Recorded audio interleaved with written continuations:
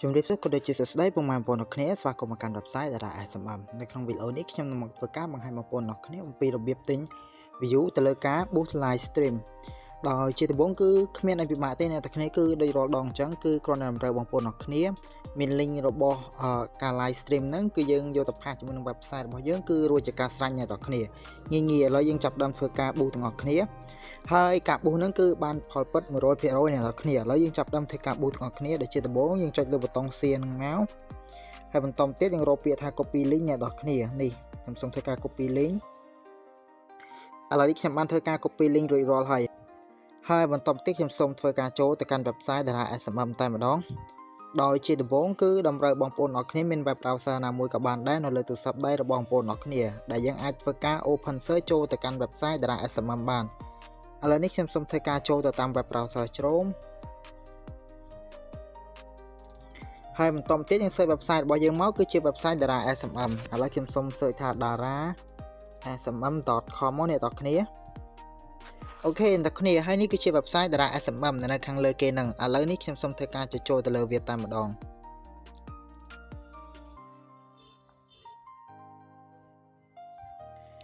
អូខេអ្នកនរគ្នានេះគឺជា dashboard របស់ website Dara SMM ដែលខ្ញុំបានធ្វើការ login ចូលរួចរាល់ហើយនៅពេលដែលខ្ញុំបានធ្វើការ login ចូលរួចរាល់វានឹងចេញទម្រង់បែបនេះ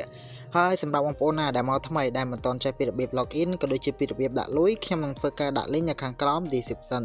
ដើម្បីពុកម៉ែបងប្អូនអរគ្នាអាចចូលទៅទស្សនាពីរបៀបដាក់លុយក៏ដូចជាពីរបៀប login ចូល website ជាដើមឥឡូវកុំឲ្យខាតពេលវេលាយូរយើងចាប់ផ្ដើមធ្វើការ boost ទៅលើ view live stream ទាំងអស់គ្នាដែលជាដំបូងគឺបងប្អូនអរគ្នាក៏លេខមកកាន់ dashboard មកហើយយើងចុចទៅលើ shortcut របស់ Facebook ដើម្បីយើងជ្រើសរើសតែសេវាកម្មរបស់ Facebook ទេអ្នកនរគ្នាហើយបន្តទៀតអ្នកនរគ្នា scroll ដល់ខាងក្រោមបន្តិចមកយើងកលេចមើលកន្លែង category គឺជាប្រភេទរបស់វាដែលយើងចូលលើនឹងទៅដែលបងប្អូនអរគ្នានឹងឃើញមានច្រើនប្រភេទដែលតាក់ទងទៅនឹង Facebook ដោយសារតែយើងបានធ្វើការជ្រើសរើសសេវាកម្មរបស់ Facebook អញ្ចឹងកន្លែង category ហ្នឹងគឺជាប្រភេទរបស់ Facebook ទាំងអស់អ្នកនរគ្នាហើយអ្នកនរគ្នាអាច scroll មើលបានសម្រាប់ប្រភេទមួយណាដែលបងប្អូនអរគ្នាមានតម្រូវការលើគឺបងប្អូនអរគ្នាអាចធ្វើការជ្រើសរើសបានដោយក្នុងវីដេអូនេះខ្ញុំមកបង្ហាញបងប្អូនអរគ្នាអំពីការ boost live stream view ដោយនៅក្នុង website របស់ Dara SMM របស់យើងការ boost live stream គឺមានពីរជម្រើសបងប្អូនអរគ្នាជ្រើសរើសទី1គឺការ boost live stream high quality ហើយទី2គឺការ boost live stream ធម្មតាពីរហ្នឹងបងប្អូនអរគ្នាពេញចិត្តសេវាកម្មមួយណាគឺបងប្អូនអរគ្នាធ្វើការជ្រើសរើសមួយហ្នឹងទៅឥឡូវខ្ញុំសូមធ្វើការជ្រើសរើសសេវាកម្មខាងក្រោមតែម្ដងFacebook live stream ធម្មតាហ្នឹងហើយបន្តមកទៀតមកកន្លែង service ហ្នឹងគឺជាសេវាកម្មរបស់វាអ្នកនរគ្នា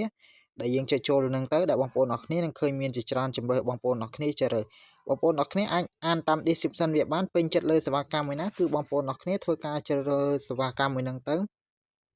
ហើយការ boost live stream ឬក៏បងប្អូនណាដែលធ្វើការលក់ផលិតផលអីចឹងចង់ធ្វើការ boost live stream ខ្ញុំសូម recommend បងប្អូនអរគ្នាគួរតែទិញវាពី60នាទីឡើងអ្នកនរគ្នានេះគឺសេវាកម្មលេខ ID ទី365នឹងឡើងទៅឥឡូវនេះខ្ញុំសូមធ្វើការជ្រើសរើសសេវាកម្មណាមួយដើម្បីបង្ហាញបងប្អូនអរគ្នាតែម្ដងឥឡូវនេះខ្ញុំសូមធ្វើការជ្រើសរើសសេវាកម្មខាងលើគេតែម្ដងទៅបងប្អូនអរគ្នាដែលមានលេខ ID 364 Facebook live stream view ហ្នឹងគឺយើងដាក់បានចំនួនតែ30នាទីទេអ្នកនរគ្នាចំនួន view ដែលយើងធ្វើការ boost ហ្នឹងក្រៅរយៈពេល30នាទីក្រោយវានឹងធ្វើការធ្លាក់មក view ដើមរបស់អ្នកទាំងអស់គ្នាវិញ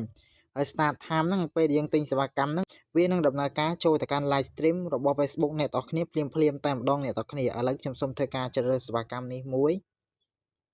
ហើយបន្តទៀតកន្លែង link គឺជា link live ផ្ទាល់របស់យើងអ្នកទាំងអស់គ្នាដោយសារតែខ្ញុំបានធ្វើការ copy link រួចរាល់ហើយអញ្ចឹងកន្លែងចំណុចនេះខ្ញុំសូមធ្វើការផាសចូលតែម្ដងអូខេឥឡូវខ្ញុំបានធ្វើការផាស link ចូលរួចរាល់ហើយបន្តមកទៀតគឺកន្លែង quantity នេះគឺជាចំនួនដែលយើងត្រូវធ្វើការទិញដាក់អ្នកទាំងអស់គ្នាដែលគេនិយាយថាពីមីលីម៉ូមពីចំនួន10រហូតដល់50000ចន្លោះហ្នឹងបងប្អូនអរគ្នាមានតម្រូវការប៉ុណ្ណាគឺបងប្អូនអរគ្នាអាចទៅសេដាក់ចូលប៉ុណ្ណឹងបានឥឡូវនេះខ្ញុំសូមធ្វើការដាក់ចំនួនតែ100ទេអ្នកនរគ្នា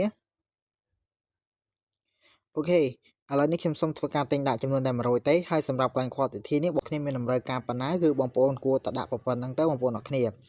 ហើយបន្តទៀតមកកន្លែង charge ហ្នឹងគឺជាតម្លៃរបស់100ហ្នឹងគឺយើងអស់លុយត្រឹមតែ 0.29 សេនទេអ្នកនរគ្នាតម្លៃគឺធូរថ្លៃមែនទែនឥឡូវនេះបន្ទាប់ពីយើងបានធ្វើការបំពេញខាងលើរួចហើយខ្ញុំសូមចុចកន្លែងប៊ូតុង place order តែម្ដងដើម្បីធ្វើការបញ្ជាទិញ okអ្នកគ្នាពេលនេះគឺខ្ញុំបានធ្វើការបញ្ជាទិញជោគជ័យហើយនៅពេលដែលធ្វើការបញ្ជាទិញជោគជ័យគេនឹងចេញទម្រង់បែបនេះឲ្យយើងហើយនេះគឺជាកាយប័ត្រដែលគេផ្ដល់ឲ្យយើងដើម្បីយើងផ្ទៀងផ្ទាត់ដូចជាលេខ ID CV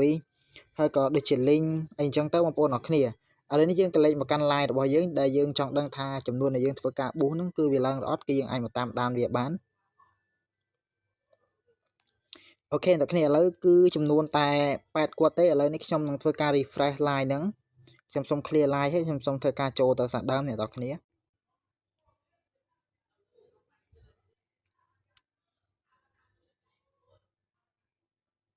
អូខេអ្នកនរគ្នាគឺវាចាប់ដើមឡើងហើយអ្នកនរគ្នាឃើញទេវាឡើងមួយពេជ្រតែម្ដងអ្នកនរគ្នានៅបន្តិចទៀតនេះវានឹងដំណើរការរួចរាល់ទាំងស្រុងតែម្ដងអ្នកនរគ្នាអូខេអ្នកនរគ្នាឃើញទេឥឡូវនេះវាឡើងចំនួន200តែម្ដងវាឡើងទៅស្ទុះលឿនតែម្ដងអ្នកនរគ្នាឥឡូវនេះវីដេអូរបស់ខ្ញុំក៏ដល់ទីបញ្ចប់ហើយអ្នកនរគ្នាបើសិនជាមាន